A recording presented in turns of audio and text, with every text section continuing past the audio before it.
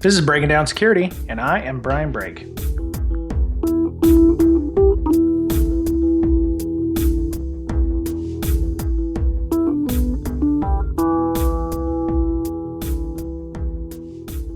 Welcome back, listener. This is Brian and Mr. Betcher from Breaking Down Security. Hello, hello. Did you have a good weekend? Can't complain. It's really nice up here in Seattle. It's actually sunny, and it's been in the mid 70s, lower 80s here. So yeah, it's been really nice. You've had like thunderstorms and tornadoes, and yeah, quite a bit of precipitation. Yes. Yeah. I've heard there's been some flooding in eastern Texas. So my wife's family lives in the Tyler, Palestine area of Texas. So yeah, it's been pretty nasty over there. So, well, you know what? It was almost like Christmas today for me. I'm sure it was the same for you, Mr. Betcher. I know what you're talking about. Yes. This time of year, everybody looks forward to the DerbyCon ticket sales. Saw it on Twitter a couple months ago. I missed the initial testing of the tickets because that's what I did the first year. I was like, oh, I saw it on there. I got it early, so I didn't have to worry about it. But this time I missed that, and I was like, oh, crap. Now I've got to wait in line like the rest of the plebes and proles. And so, the website said, oh, it's going to start at, 12 noon Eastern, but we opened it up a little earlier. So I woke myself up. My brain woke me up at 5 a.m. Pacific time. Then again at 6 Pacific time, and I checked the website, nothing happened. And I woke up at 7 a.m. and refreshed the page, and boom, I could buy tickets. So I jumped out of bed because I couldn't remember my PayPal password was because it's sitting in my password locker. Managed to pick up 4 tickets for one for Mr. Betcher because he was still asleep probably about 10 o'clock whenever that happened. So what did you do? Did you even remember that tickets were going on sale today, or did you just assume I was going to get you your ticket? I pretty much assumed that you would get them. And in fact, I thought you had got them already, but I was wrong. Nope, just the airfare and the hotel. And I figured, well, I can't be that guy who has to bum a ticket off somebody. So yeah, so I had a DR plan, and it worked out. You didn't have a DR plan. You had the primary plan being your DR plan. You didn't have a backup plan. Hey, it worked. Well, yeah, because I was Mr. On the Ball again. So, but yeah, so we did this little story to come back to something that we really wanted to do this last year, but because I think we were lacking in the technical skill or the basically having the huevos to do so, we wanted to do a CTF, like a capture the flag kind of thing for the podcast. So what we're going to do, and what we've done already, because we've been thinking about this for a while, is like most CTFs, there are flags that are put into a device. Hence the name, yes. You killed me, dog. You killed me. So there's things you've got to find. It's like scavenger hunt. So what we have done is embedded some flags in a previous podcast. We won't tell you which one, but we'll give you a range. And by doing so, you find this flag, and it will lead you to another flag, which will lead you to another flag, which will lead you to, ideally, we're going to have about 4 or 5 flags. And by doing so, you get the chance to win a free ticket to DerbyCon. That is free and clear, not going to pay anything for it. We'll give it to you with our hearty congratulations that you bested us. To be fair, I don't see a big barrier to entry on this. So, yeah, so that's how it works. So we've got 1 ticket for that, and we have another ticket that we're going to do like we did last year, where we have an auction for Hackers for Charity and for us. So the way that's going to go is it's a $20 buy-in, but to buy in like that, to get a chance in the drawing, you have to support our podcast at patreon.com/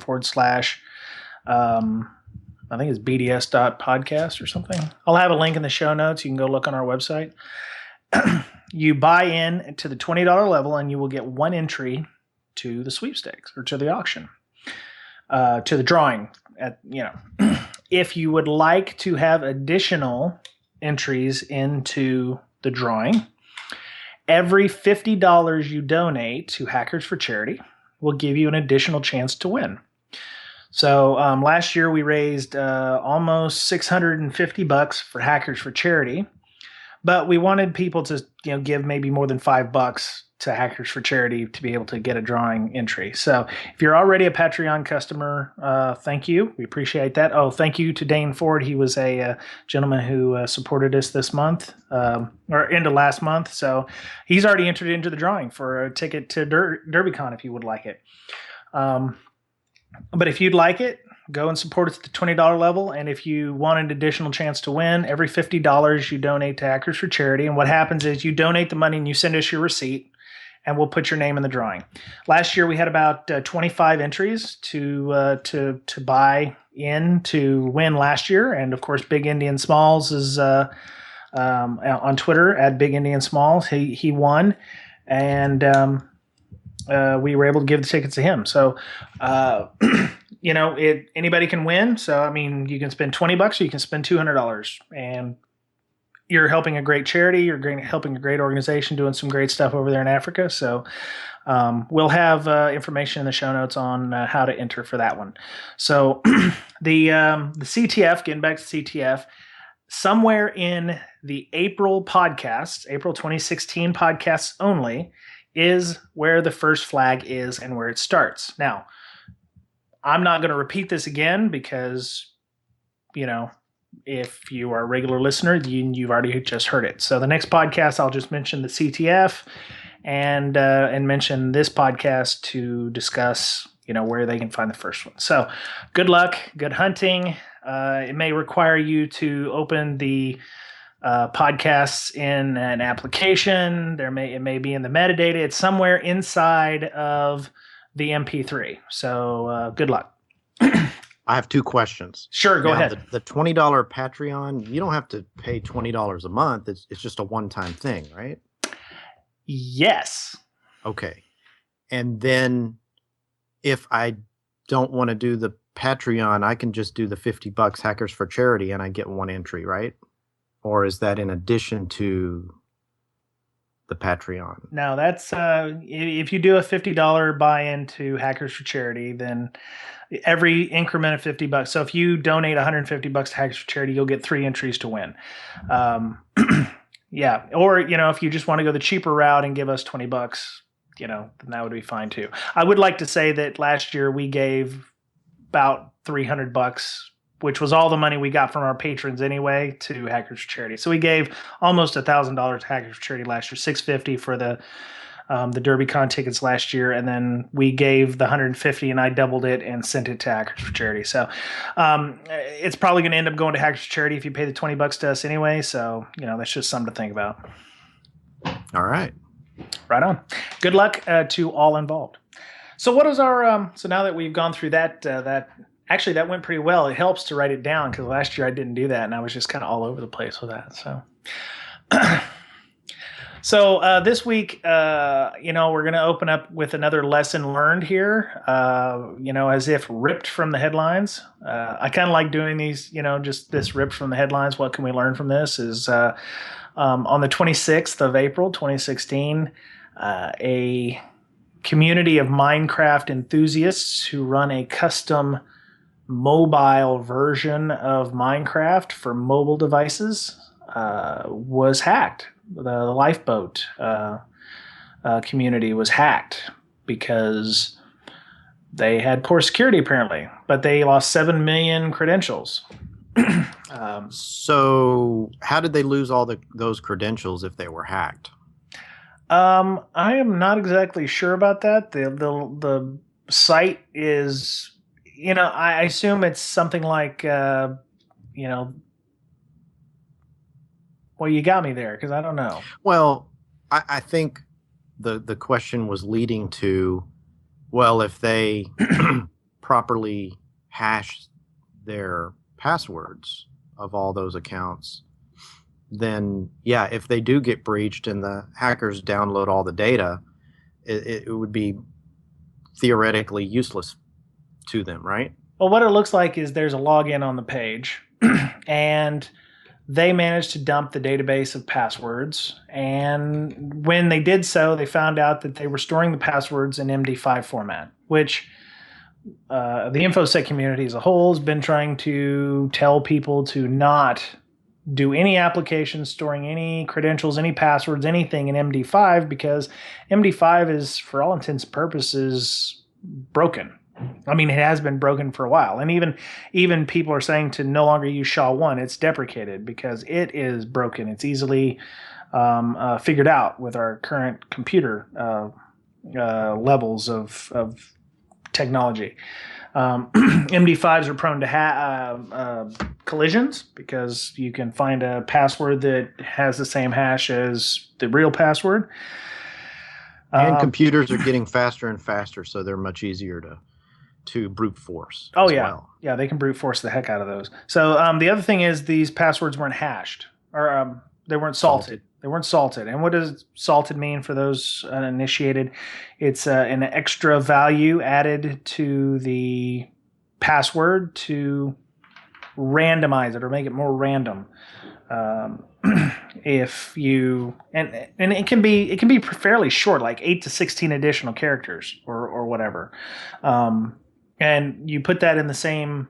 I think how are we doing that at our previous companies? You put it in the row in the database of the particular user account's hash. So what happens is if you, as a hacker, you're brute forcing these passwords and you come up with, like say you hash 0000. You find that hash and then you go down the list of 10,000 user accounts or however many there are and you see if anything matches. Yep. So if you salt that hash, you can only check one. Yep. Not all of them. Yeah. So it kind of unifies those hashes. Yep. That's what salting does. Yeah. So it takes that much longer for anyone to brute force. Yeah, you add the salt to the beginning or the end of the password value. I guess you can either do it. You would either hash the password and then add the salt to the end of the hash, or you add the salt to the password and then hash that. But whatever it is, you get a different value. And you're supposed to keep the salt private. And I don't think you're supposed to store the salt in the same password or the database as the password hash. Because you can. Well, yeah, but if you dump both of them, then you can just, concatenate the salt to, an existing password. And then, it would just take a little longer. But it would seem to me you wouldn't want to put your salts in with your database, your password database. You can. I mean, the idea is that for a particular hash computation, which takes a lot longer than looking them up and comparing them, like a comparison algorithm, you can only get one hash at a time, not take a single hash and then get three people's passwords. Yeah, you don't want to be using the same passwords as well. That was one of the other things the article mentioned. The article I was looking at what was that one? It was the motherboard.vice.com. Yeah, that's what it was. But it's the other bad thing is, I was reading on Twitter and they were like, oh, these people should have had 2FA, two-factor authentication on these. Problem with it is you can't really do two-factor authentication with a smartphone app because for the most part, a lot of people use Google Auth or something like that, which is going to be already on their mobile device, and therefore making the second factor kind of a moot point because the application and the two-factor auth is sitting on the same device. So using something like two-factor doesn't really make a lot of sense here. You know what? Going back to your point, that was what I was trying to figure out. You want to use a hashing algorithm that is very processor intensive, like your S crypts or your B crypts or your PBK DF2s, which are, they take a long time to derive. Yeah, it takes a long time to derive the hash, but it takes even longer to crack. And again, how important was the data that they were safeguarding? This wasn't government secrets or anything. So, you really have to put on what kind of importance this is on the data as well. Some people, Minecraft is their life. Others, it's not so much. Well, these passwords could lead to other passwords, right? Yeah, I mean, So, they logged in with their email and password. They had an email as the username, and the password is very password. So, if somebody was conceivably using the same password as their email account, and logged into Gmail or what have you, then you would have their email address password, so they could get in and do other things. You could, you know, send well, fake emails, or you could phish somebody using somebody's account. I think the important thing to note here in this story is, I guess the guys who wrote the app using MD5 Mm-hmm. kind of didn't stay relevant, right? They Yeah. didn't they didn't keep up to date on the latest technology. Yep. Yeah, they You also know, and didn't notify people of the issue either. They just kind of quietly sent a password reset, which, in terms of disclosure purposes, you would kind of want to let people know that something bad had happened. right. And I think keeping up with the latest trends, and if you keep up with the news as well, you'll notice that the companies that actually disclose, hey, we had a breach, here's the facts, change your passwords, and publicly acknowledge that this happened, kind of fare off a little bit better as far as public opinion than those who try to hide it. Mm-hmm. Yeah, yeah. It's always good to make sure that you're upfront with people, regardless of the hit you're going to get. I actually read a story where they had mentioned up front that they'd been hacked, and while it was not a good thing, they the media had basically said, well, at least you were completely upfront with us that you were hacked, and it's not such a big deal if you can recover from it. So you were talking about being relevant. I think that's where we're heading this week on this week's podcast. How do you stay relevant in the infosec environment? I mean, it seems to be changing so rapidly with different technologies and different projects, and all kinds of fun research out there. And I find myself doing that. It's like I don't, like the dog from Up. It's like I'm doing this one thing, and then all of a sudden, squirrel. And I want to go over here and I want to do this, or I want to hack wireless, and then I'm in reverse engineering now, and I need to do pen testing, and there's just so many things out there I want to do, but I've been told that not to be a generalist is to be bad. That you have to decide on what you want to be when you grow up in the infosec community, and I think there are ways of staying relevant to do so. And I think we're going to talk about that, starting with education. I think education is the key to staying relevant in our environment.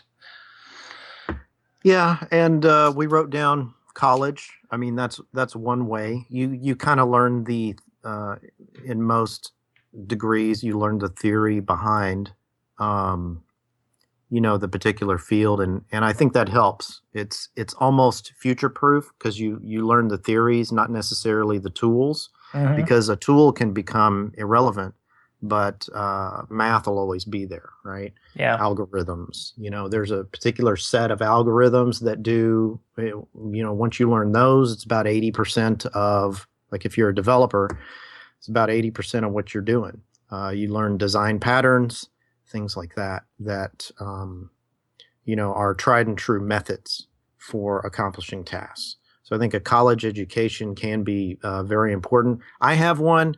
I hate to say I use it every day. It's kind of cliche, but certainly every week I kind of fall back to, especially working on LogMD, I fall back to the basics that I learned in college. Yeah, I have a Almost degree all the as time. well. I have a degree as well. I only got it. What are you laughing for?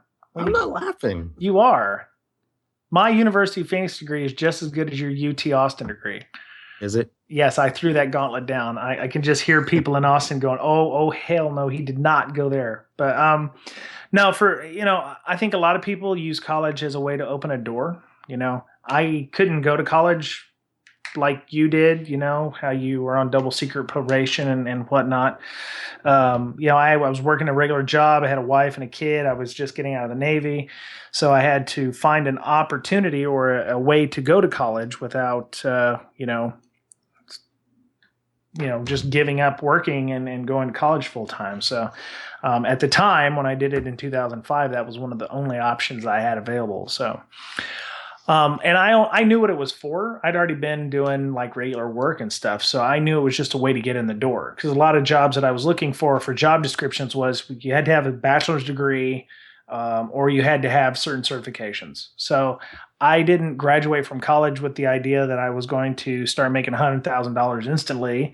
I just knew that it was a way to get myself in the door.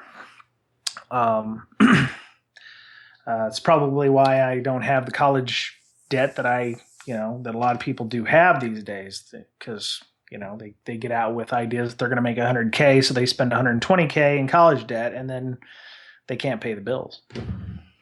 Yeah, don't go 200,000 in debt with a degree in social work, right? Because it'll take you about 15 years to pay that off if you're lucky. Yeah, exactly. Yeah, so pick a degree that's well paying and that you like. Yeah. Yeah, and hopefully those two can meet. Yeah, and you don't always have to go 4 years to the same college. Like several of my friends did. They went to community colleges to get their associates, which was way cheaper. Oh yeah. And you don't have to do the whole Greek society BS. Which, I mean, technically, for some of the questions we've got down below networking, that could be a way of networking. But I mean, obviously the whole idea of the Greek system is not what it used to be. So, to stay relevant, you can get certs as well. Of course, both of us have degrees and both of us have certs. In several things. We're both CPEs and GWAP certified from SANS. There have been a lot of interviews that I was in, and the interviewer asked me, what kind of certs do you have? That was one of the first questions. So I had to basically tell him that I had particular certs, and then we can continue the conversation, since that may have been a requirement for relevance, I guess, in the job, that he had somebody on staff that was certified, and that kind of, maybe it met a checkbox that he had to have, or maybe it led some credence to him hiring somebody. So I think certs can be important, especially if you find yourself on the job market. Yeah. Well, I mean, the other reason you might have a cert or they might look for you to have a specific cert is certain compliance frameworks. When you're doing security testing, you have to have certain certifications like CISP or like I want to say it's like the NIST framework or something like that. But if you're doing a pen test, you have to have either a G pen, or you have to have a GWAP, or you have to have an OSCP or an OSCE to be considered an official quote unquote pen tester. If you don't have any kind of certifications whatsoever, it's not. I'm sure you can get a waiver for it based on experience, but they, it's easier for them just to see the letters after your name or whatever and get it done. The other thing I want to mention about the college bit is the. Damn, I had a point. You had a point. Well, you think about that. Let me talk about certs again and pen testers. Okay. So at my company, we basically had to provide the auditor after we had a pen test with the credentials of the pen testers, to make sure that the auditor was aware that, okay, these guys actually knew what they were doing. They're just not some bum off the street that we hired to do a pen test. Yep. So they had the certification behind their name, and it basically gave the auditor assurance that, this was an actual pen test, right? Yeah, it sets the auditors at ease that you have at least the baseline knowledge to be able to, that you've sat in either you've paid your money or whatever, and then you've done the necessary requirements to pass to get your certification. So for auditors, it's a nice baseline to have, so that you don't have to go, well, I've did 15 years in the Navy doing IT network management.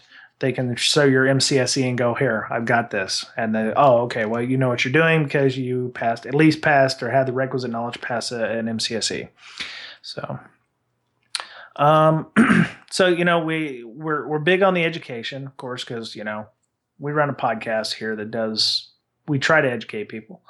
That's one method of trying to stay relevant in our environment. You can listen to people talk about things. I know we do a podcast, so you can listen to various topics that we do. There's other people in the industry, like our friends over at Defensive Security, Jerry and Andy.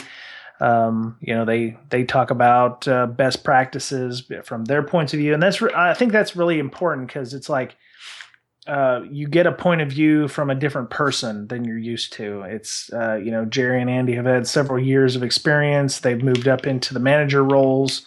They've been in the trenches, so they know what should be happening and and now they can talk from a manager perspective as to how they do what they do, or why we should be doing what we're doing. So it's always nice to hear either colleagues at your current level, or how it should be done in the upper levels. That's why we have the Dave Kennedys of the world, because they've been down here, they've been with us, they've been doing those pen tests and stuff, and now they run their own companies as CEOs or something. So when you hear them on interviews, it's important to understand their points of view and where they're coming from. Yeah, so they've been around the block, and Yep. so I think their advice has some weight to it. Yeah. Right. And their podcast does news, but it's not just news. It's Nope. like their perspective on the story, maybe what should have been done, what was done, how they could do it differently, and where to go next, things like Yep. that. So I think that's valuable. Yep. One of the things that I hear about, staying relevant is you also hear about the people, or you see people on LinkedIn or on various Facebook groups or Twitter, where they talk about how it's so difficult to get your continuing education. And I wonder about those people who are, who stagnate in their job to the point where they're having to struggle to find CPEs to be able to do something. I mean, when I first started, one of the things was, when I got my CISP, I was trying to just figure out how I was going to be getting those on a regular basis, because I wasn't going to cons. I couldn't pay for them myself. I read that you could, actually listen to podcasts, and 1 hour podcasting was 1 CPE. So I was like, oh, okay, well, I'll just start listening to podcasts to get my CPEs.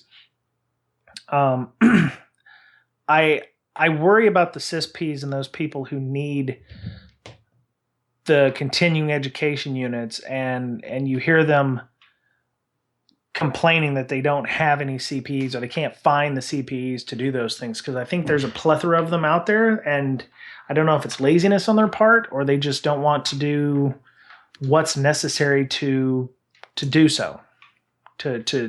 I think a lot of it is drive. If you got your CISP and then you're sitting on your ass not doing anything, I don't really think you need to have a CISP at this point. It's a manager certification is what I've always been told, but if you're not out there trying to educate or trying to make it better, then what's the point of having a cert? Because the whole idea of having to pay for, having to do those 40 hours every year is to improve yourself. Yeah, I agree. And hopefully our friend Dave is going to try and change that as well, as he looks for some leadership roles in that organization. No, I don't know if it's just a lack of drive on their part, or they just may not know that would be the best way to go. I know when I met you, you kind of got me into the ISSA meetings. Oh, yeah. And that was eye-opening. I didn't know that there was an organization for security people, and that I could be involved in the security community locally.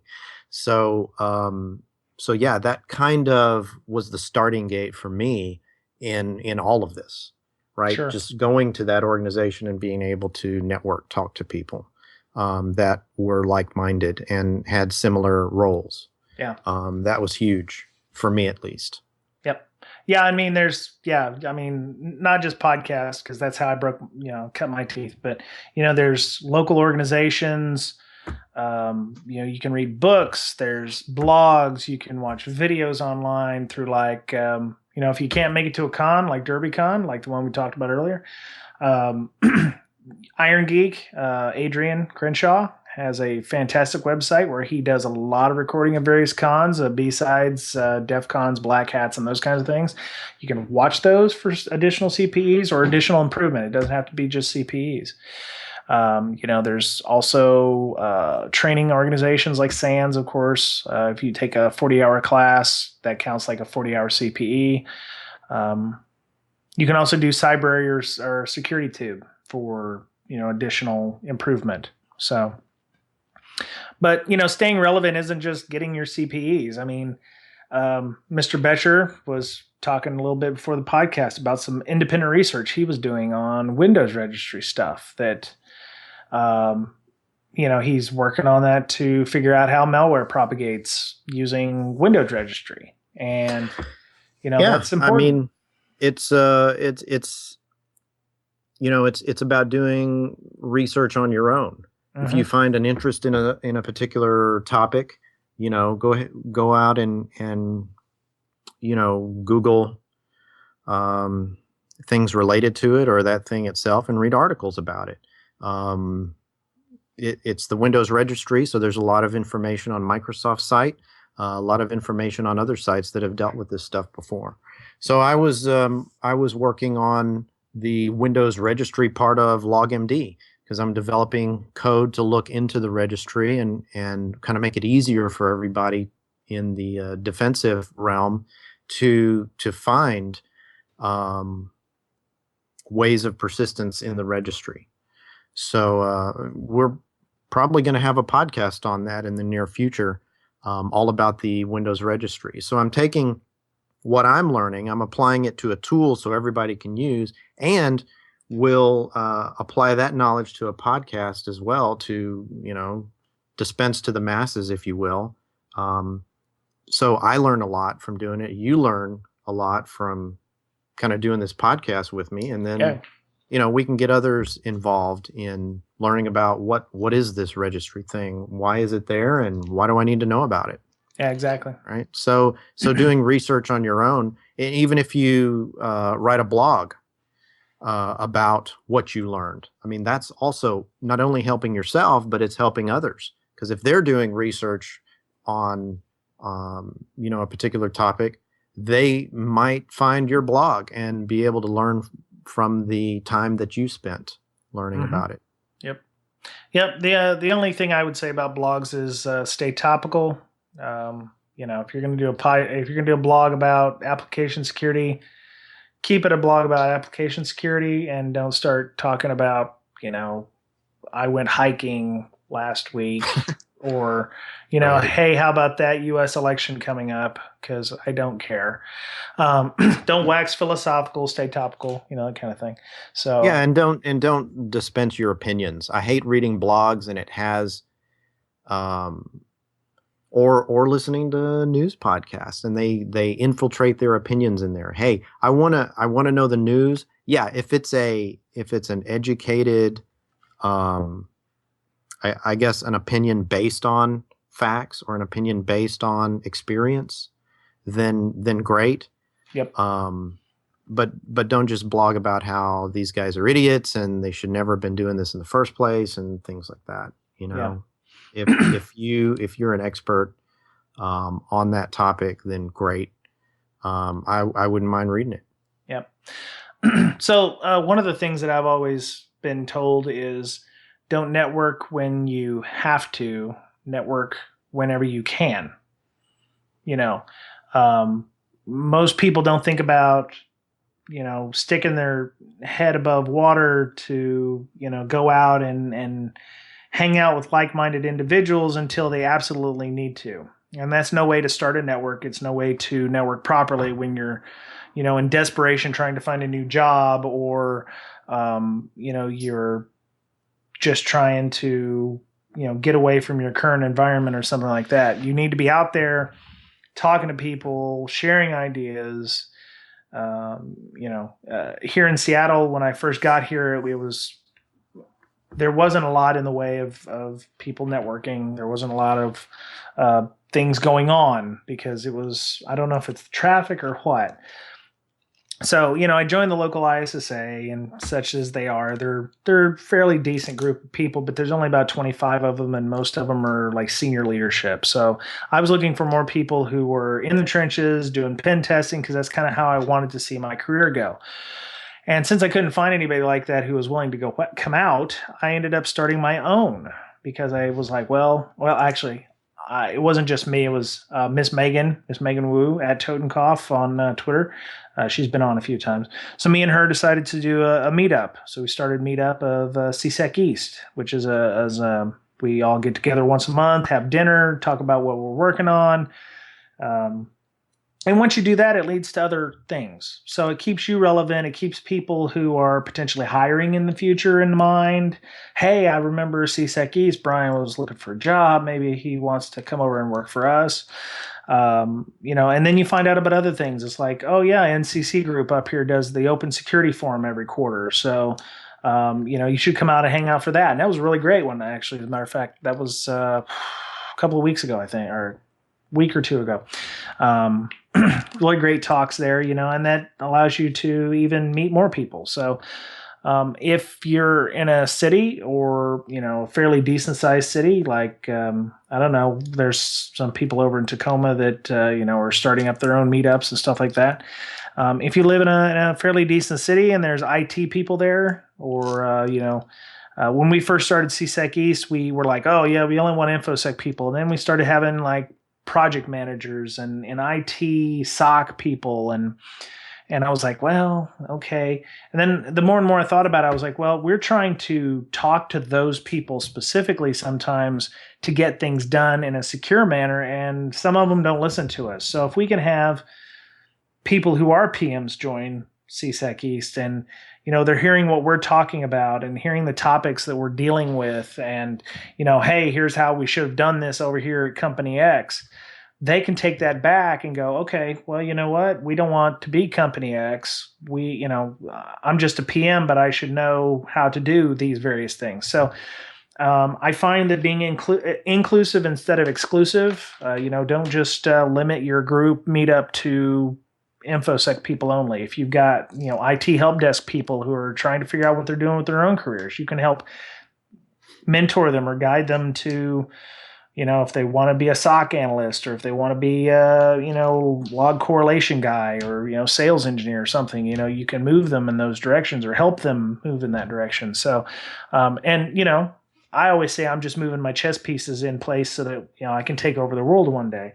I've gotten help finding people jobs through CSEC East. If they needed a job, they're like, hey, I'm looking for a job. And, oh yeah, hey, these guys are hiring. You can often make love connections in that way where they'll be able to find positions. So, and then, of course, karma feeds itself. So, that guy's so happy he got a job through CSEC East. He starts telling people, or it's time for, old Brian to look for a new job or something. And you can hit him up and go, oh yeah, I got a great job over here. So networking begets other networking and other networks. Yeah. And it's something you can't just, you find yourself laid off one day and then all of a sudden you're like, man, I need a network. Yep. That's how people get jobs. It's something that takes a lot of investment in early, and it pays off. Yeah, and I used to be jealous of those people who are like, oh, I'm fun employed for 2 weeks. Oh, I've got another job. And I'm like, how the hell does he do that? Well, He's been building his network for years, And that was something I learned the hard way, especially when I lived in Austin before I got my job with Mr. Betcher here.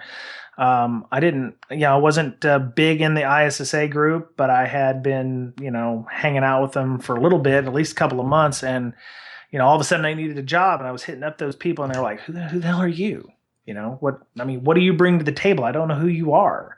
So, I kind of had to learn the hard way with that. And thankfully, the ISSA group in Austin is a great bunch of people, and they, they still continue to be. So, but yeah, get out there. If you can't find an organization that fits you, make one. ISC Squared, ISACA, OWASP, InfraGard, all those folks are out there. But if they don't work for you, or they're not part of the culture that you're looking for, they're too corporate or whatever, make your own group. There's meetups out there. I mean, you all can just get together for coffee. There's a group that I follow in a local area here in Duval that they just get together for coffee and just BS. It's great.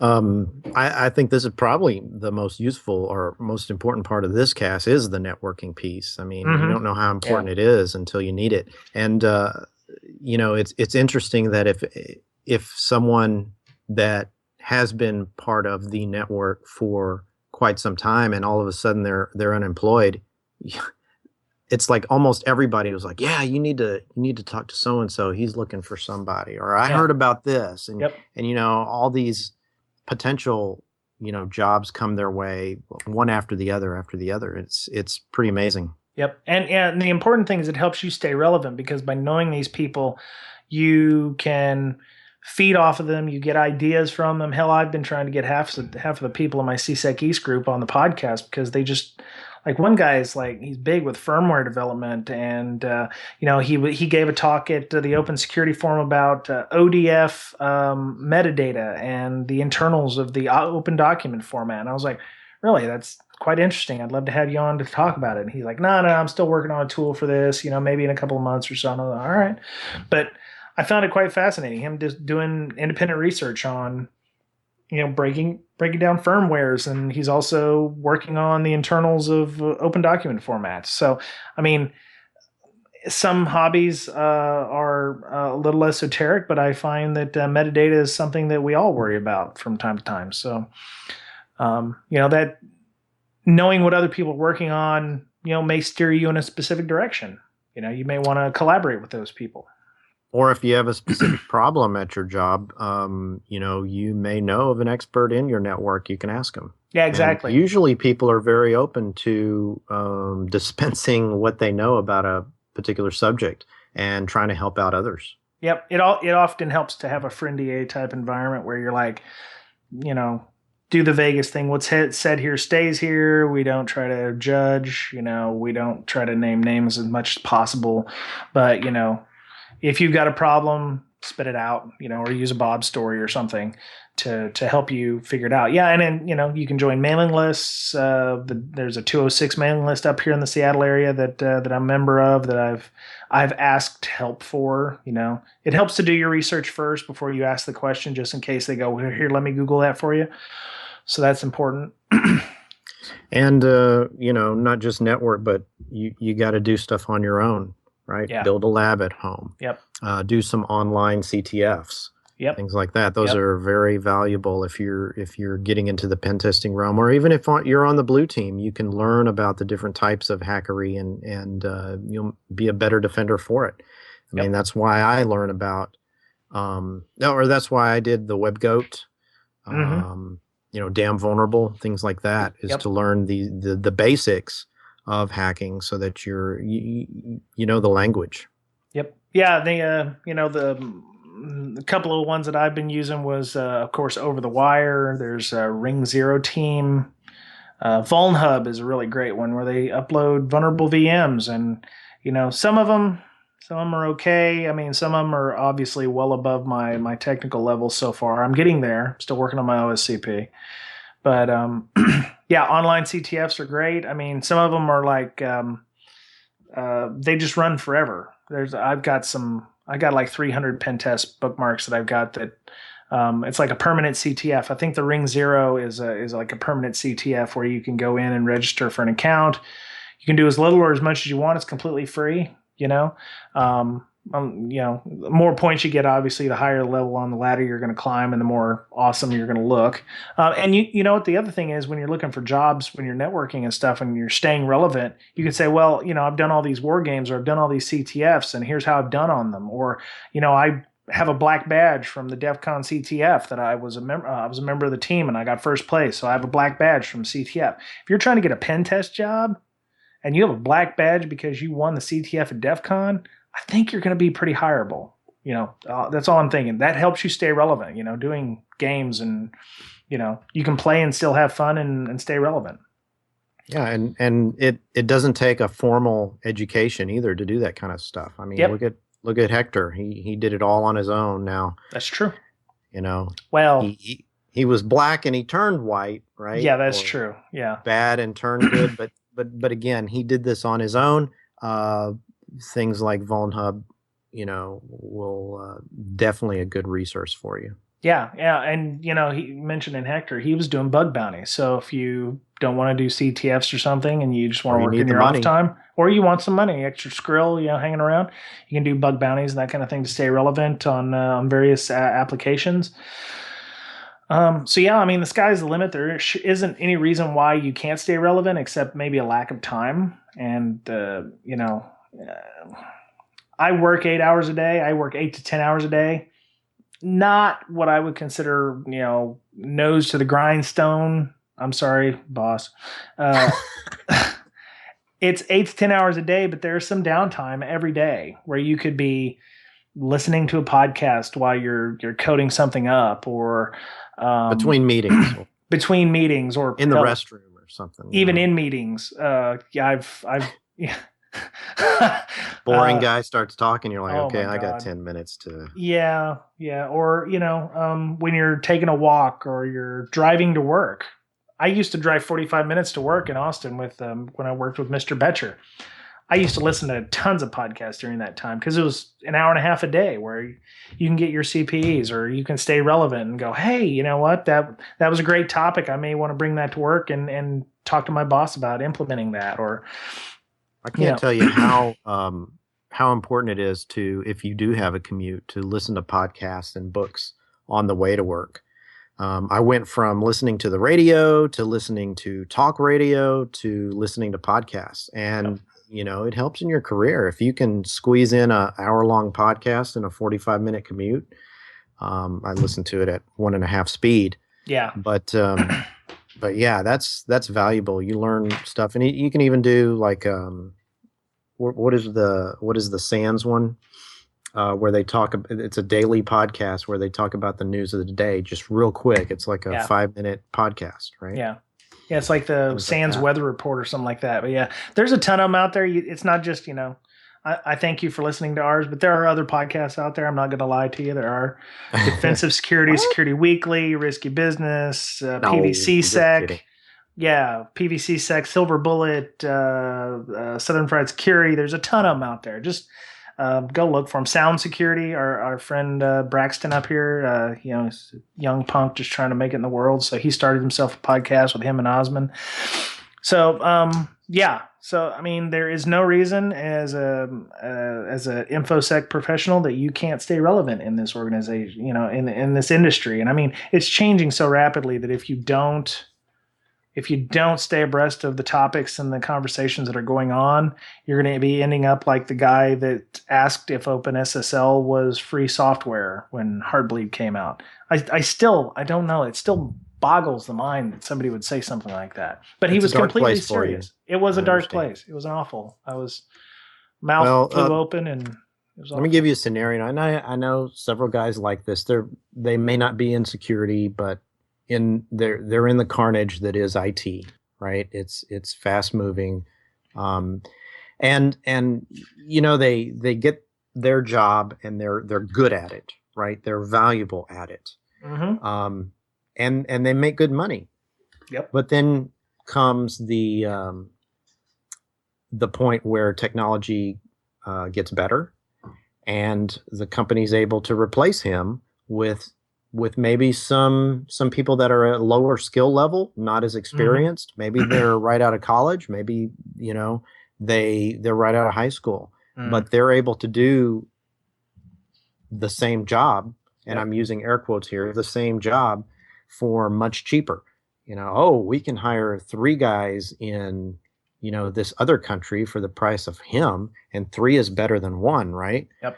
While I don't agree with that, because this guy has a lot of experience and he knows the ropes and he's very valuable in the intangibles.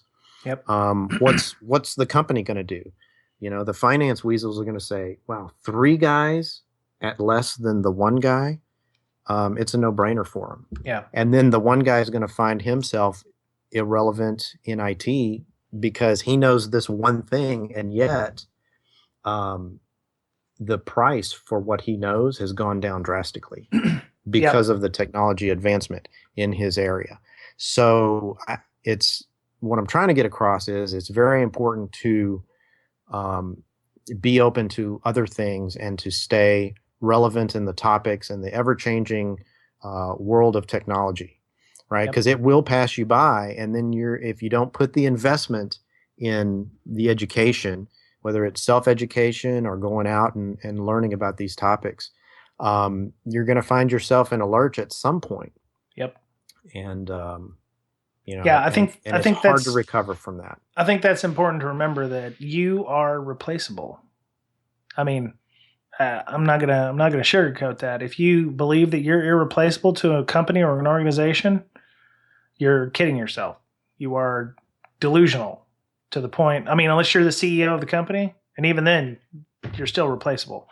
I mean, you may be an SME for one thing, but you really need to learn to diversify yourselves. And self improvement, consistent self improvement is going to help. I know.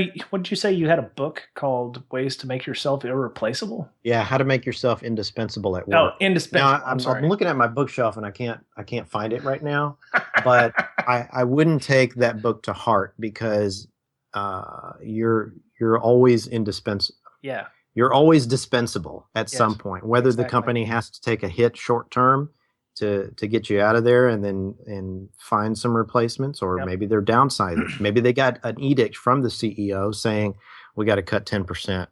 And they Yep. look at you and maybe you're a little overpriced right now, or Yep. maybe your job function really doesn't seem like it's that important, because security is not it's a cost, Mm-hmm. right? It's not a profit center.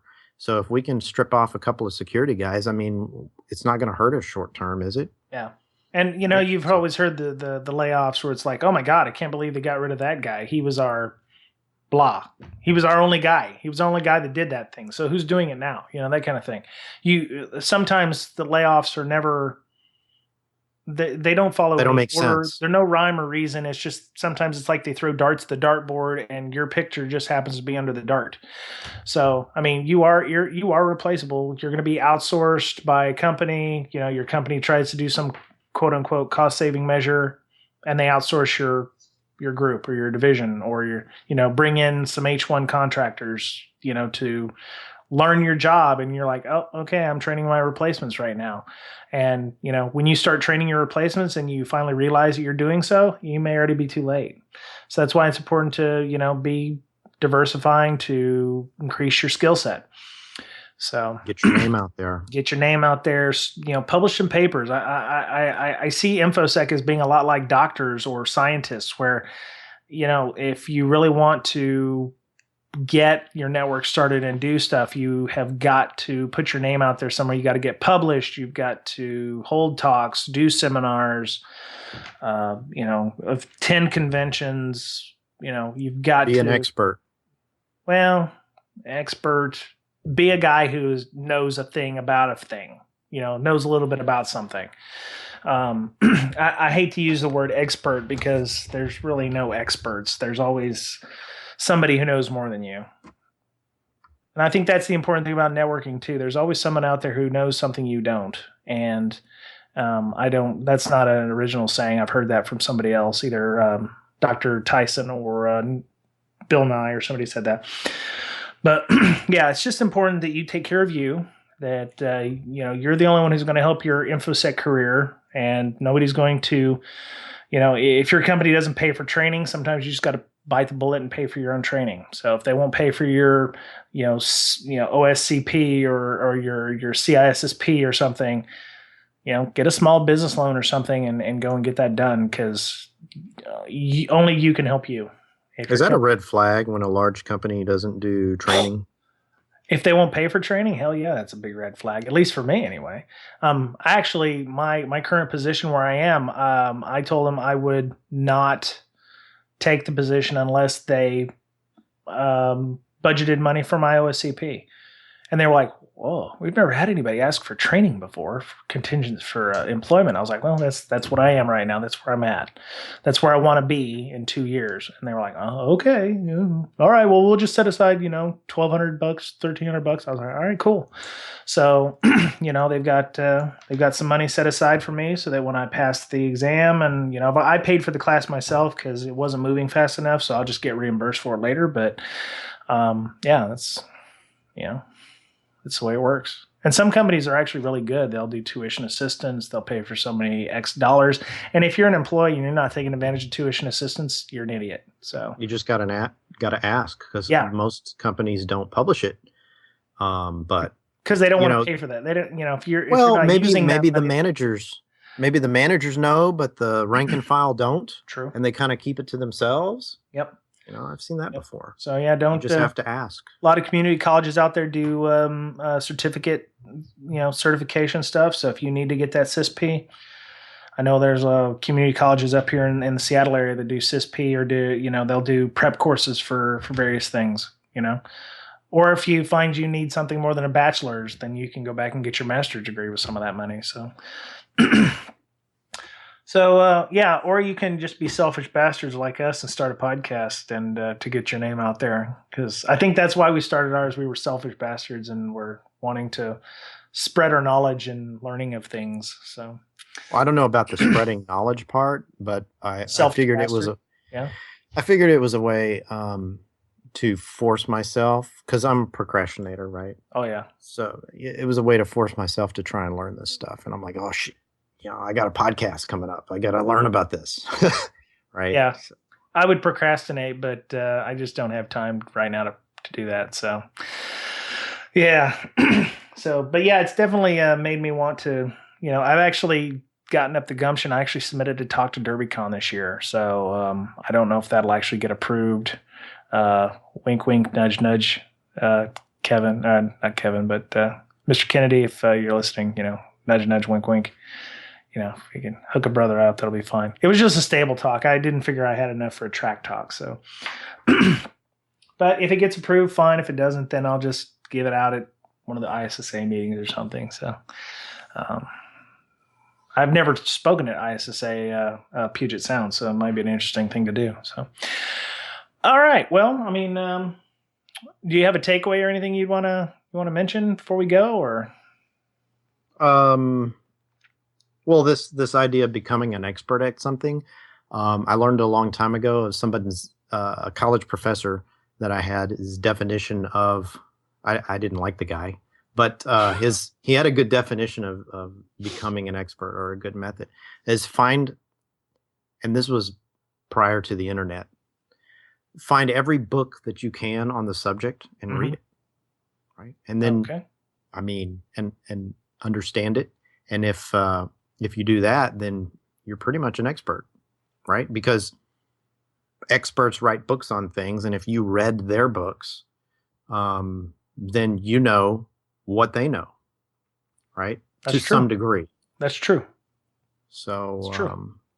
So yeah, if you want to become an expert on the Windows registry, just find out everything you know that there is, or that you can get a hold of. I mean, there's probably thousands of websites dealing with the registry. You don't have to read them all, but read everything you can on the Windows registry. You can become an expert on the Windows registry. Yep. There's nothing you can't answer. That's true. At that point. So there you go. Right on. All right, Mr. Betcher. Well, if anybody would like to continue this discussion with you, how would they go about getting a hold of you?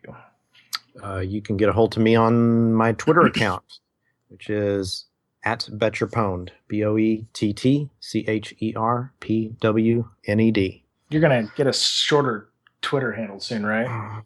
I'm talking to the guy that has at dot, and we're negotiating at this point. So. Goodness, that would be fancy. Yeah. So the official BreakSec podcast Twitter is at BreakSec, BRAKESEC, and you can follow me, Brian Brake, at Brian Brake, BRYANBRAKE. So we're on Patreon, like I mentioned earlier in the podcast. If you, we believe in the value for value model. So if you do want to give a ticket to DerbyCon and you think you see value in what we're giving you here, please feel free to drop us a little bit of money. And we're on Facebook, we're on Tumblr, we're on Medium, we're on several player applications, player.fm, we're on the TuneIn radio app, we're on iTunes. I don't know who's been listening, but we've gotten a lot of new listens in the last month, so we're very appreciative of that. We're up 150% from the previous month, which is just phenomenal. I watch my new obsession is watching the Libsyn downloads go up. I'm just like click. Yeah, there's another download. And you get up in the morning, it's like there's 500 new downloads for the day, and you're like, holy crap, it's the same podcast we've had for the last 4 days. But we appreciate you if you're telling your friends about us. So we appreciate it. If you've heard about us through Mr. Goff, I know that he went down to B-Sides NOLA, and I think he was talking in B-Sides Atlanta or something recently too. So Dell Secure Works. Oh, I'm sorry. Dell Secure Works Convention. Thank you, Michael, for pimping us at Dell Secure Works Convention. That was impressive.